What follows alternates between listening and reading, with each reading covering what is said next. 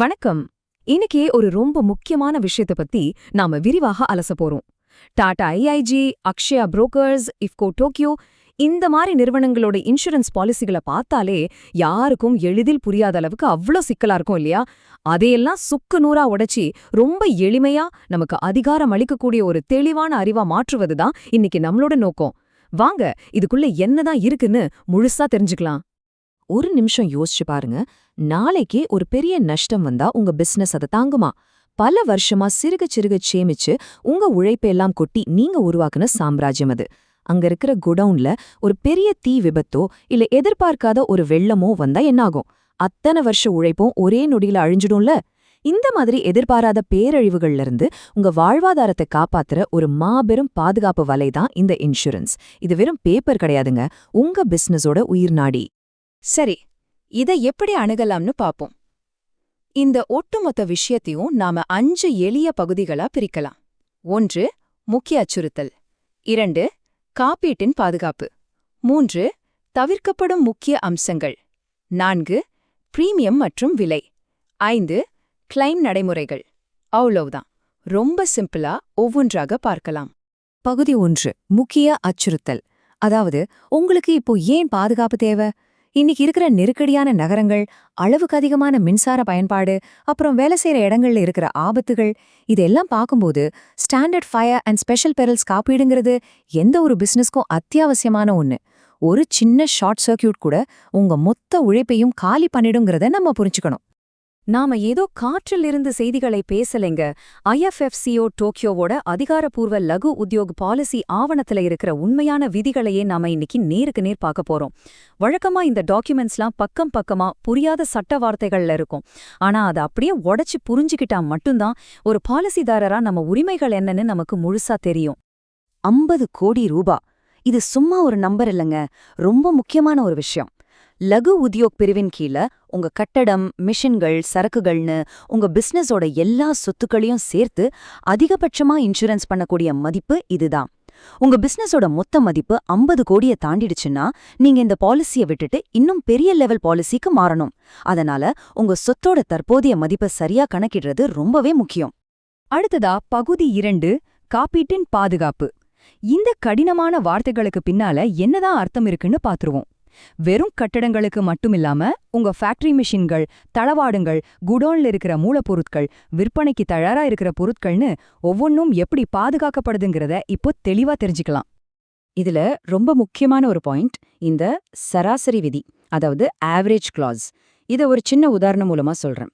உங்க சொத்தோட உண்மையான மதிப்பு 10 லட்சம்னு வச்சுப்போம். ஆனா பிரீமியம் தொகையை கம்மி பண்றதுக்காக அது 5 லட்சத்துக்கு மட்டும் நீங்க காப்பீடு செஞ்சிருக்கீங்க. அதாவது பாதிக்கு பாதி. நாளைக்கு ஒரு நஷ்டம் வரும்போது நீங்க 5 லட்சத்துக்கு இன்சூரன்ஸ் பண்ணியிருந்தாலும் அந்த 5 லட்சம் உங்களுக்கு முழுசா கிடைக்காது. உங்க இழப்பீட்டு தொகையும் அதே மாதிரி சரிபாதியா குறைக்கப்படும். அதனால சொத்துக்களை குறைத்து மதிப்பிடுறது நீங்களே உங்களுக்கு ஒரு பெரிய அபராதம் விதிச்சுக்கிற மாதிரி தான். இப்போ இந்த 2 வார்த்தைகளுக்கு நடுவுல இருக்கிற வித்தியாசத்தை பார்ப்போம். உங்ககிட்ட 10 வருஷ பழமையான ஒரு மிஷின் இருக்குன்னு வச்சுக்கோங்க. ஒரு விபத்துல அது எரிஞ்சிடுச்சு. நீங்க சந்தை மதிப்பு, அதாவது மார்க்கெட் வேல்யூ பாலிசி எடுத்திருந்தா அந்த 10 வருஷ தேய்மானத்தை கழிச்சு விட்டு மீதி இருக்கிற ரொம்ப குறைவான தொகையை தான் இன்சூரன்ஸ் கம்பெனி உங்களுக்கு கொடுக்கும்.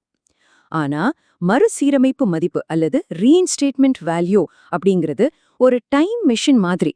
சேதமடைந்த அதே மிஷினை புதுசா வாங்குறதுக்கு தேவையான முழு தொகையையும் அது உங்களுக்கு அப்படியே கொடுக்கும். அதனால பாலிசி எடுக்கும்போதே இதுல ரொம்ப கவனமா இருக்கணும். டாடா ஏஐஜி மாதிரியான கம்பெனிகள்ல உங்க தேவைக்கேத்த மாதிரி பல வகையான பாலிசிகள் இருக்கு. ஒரு குறிப்பிட்ட இடத்துல இருக்கிற சொத்துக்கு மட்டும் ஸ்பெசிபிக் பாலிசி எடுக்கலாம். அதுவே உங்க பிசினஸ் பல நகரங்கள்ல கிளைகளா பரவி இருந்தா அத்தனை இடங்களுக்கும் சேர்த்து ஒரே பாதுகாப்பா ஃப்ளோட்டிங் பாலிசியை தேர்ந்தெடுக்கலாம். ஒருவேளை தீபாவளி மாதிரியான பண்டிகை காலங்கள்ல மட்டும் உங்க குடோன்ல சரக்கு அதிகமாகும்னா அந்த மாறுபாடுகளுக்கு ஏத்த மாதிரி செயல்படுற டிக்ளரேஷன் பாலிசி உங்களுக்கு கச்சிதமா பொருந்தும். உங்க பிசினஸோட தனித்துவமான தேவைகளை புரிந்து கொண்டு சரியான பாலிசியை தேர்ந்தெடுக்கிறது தான் உண்மையான புத்திசாலித்தனம். இப்போ நாம பகுதி 3க்கு வந்துட்டோம். தவிர்க்கப்படும் முக்கிய அம்சங்கள். சுருக்கமா சொல்லணும்னா, எதற்கெல்லாம் காப்பீடு கிடையாது, ஒரு இன்சூரன்ஸ் எதற்கெல்லாம் பாதுகாப்பு கொடுக்குதுங்கிறத விட எதற்கெல்லாம் பாதுகாப்பு தராதுன்னு தெரிஞ்சுக்கிறது தான் ரொம்பவே முக்கியம். இதுல உஷாரா இல்லைன்னா கடைசில நாம தான் ஏமாந்து நிப்போம். முதல்ல தீ விபத்து மட்டுமில்லாம வேற எதற்கெல்லாம் இங்க பாதுகாப்பு இருக்குன்னு பாப்போம். தீ விபத்து காப்பீடுன்னு இதுக்கு பேர் இருந்தாலும் இது ஒரு பெரிய கொடை மாதிரி உங்கள பாதுகாக்கும். ஒரு பெரிய லாரி உங்க கடையோட சுவர்ல மோதிடுச்சு, இல்ல கலவரம் நடக்குது, அல்லது திடீர்னு பெய்த பெருமழையால உங்க குடோனுக்குள்ள தண்ணி புகுந்துடுச்சு. இப்படி பல சூழ்நிலைகளை கற்பனை பண்ணி பாருங்க. புயல், சூறாவளி, வெள்ளம் மாதிரியான பலவிதமான இணைக்கப்பட்ட ஆபத்துக்களுக்கும், அதாவது எலைட் பெரல்ஸ்க்கும் இந்த நிலையான பாலிசில முழு பாதுகாப்பு இருக்கு. ஆனா இங்க நம்ம ரொம்ப தெளிவா புரிஞ்சுக்க வேண்டிய ஒரு வித்தியாசம் இருக்கு. எதிர்பாராத விபத்துகள், இயற்கை சீற்றங்கள், இதுக்கெல்லாம் முழு பாதுகாப்பு உண்டு. அதே சமயம் அணு ஆயுத போர், இல்ல நீங்களே வேணும்னு உங்க பொருளை சேதப்படுத்துறது, அப்புறம் இயற்கையான நாள்பட்ட தேய்மானம் அல்லது மாசு அடைதல், இதுக்கெல்லாம் இன்சூரன்ஸ் கம்பெனி பொறுப்பேற்காது. இதுக்கான காரணம் ரொம்ப சிம்பிள். காப்பீடுங்கிறது எதிர்பாராத விபத்துகளுக்காக தரப்படுற ஒன்னே தவிர நிச்சயமா நடக்கும்னு தெரிஞ்ச தேய்மானங்களுக்கு கிடையாது. அடுத்ததா பகுதி 4, பிரீமியம் மற்றும் விலை. இது முழுமையா உங்க கட்டுப்பாட்டுல தான் இருக்கு. நம்ம எல்லாரும் அதிகமா யோசிக்கிற விஷயமே இதான் இல்லையா? உங்க சொத்து இருக்கிற இடம், கட்டிடத்தோட தன்மை, இது எல்லாம் வச்சு அடிப்படை பிரீமியம் முடிவானாலும் அந்த தொகையை கணிசமாக குறைக்கக்கூடிய ஒரு பெரிய அதிகாரம் உங்க கையில தான் இருக்குன்னு சொன்னா நம்புவீங்களா? டாடா ஏஐஜி ஆவணங்கள்ல ரொம்ப தெளிவா ஒரு விஷயத்த சொல்லிருக்காங்க. நீங்க எடுக்கிற சில முன்னெச்சரிக்கை நடவடிக்கைகள் உங்க பிரீமியத்தை கணிசமாக குறைக்கும். அதாவது சரியா வேலை செய்யற ஃபயர் அலாரங்களை மாற்றுறது, தீயணைப்பு கருவிகளை தவறாம பராமரிக்கிறது, மின் இணைப்புகளை பாதுகாப்பா வச்சுக்கிறது, இதெல்லாம் செஞ்சா போதும். இதன் மூலமா நீங்க வெறும் பாலிசி வாங்குற ஒரு ஆளா மட்டும் இல்லாம ஒரு ஆக்டிவ் ரிஸ்க் மேனேஜரா, அதாவது சிறந்த இடர் மேலாளரா மாறுறீங்க.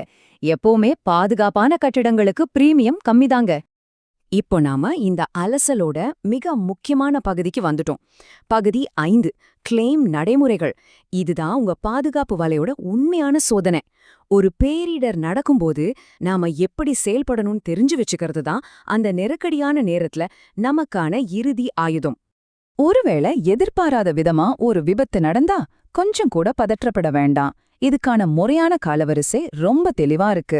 படி 1, விபத்து நடந்த உடனே இன்சூரன்ஸ் கம்பெனிக்கு தகவல் சொல்லிடுங்க.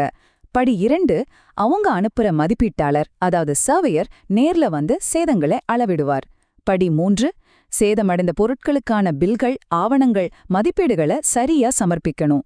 இந்த ஆவணங்களை எல்லாம் நீங்க சரியா கொடுத்துட்டா படி 4, எந்த சிக்கலும் இல்லாம உங்க இழப்பீட்டுத் தொகையை கம்பெனி உடனே வழங்கிடும்.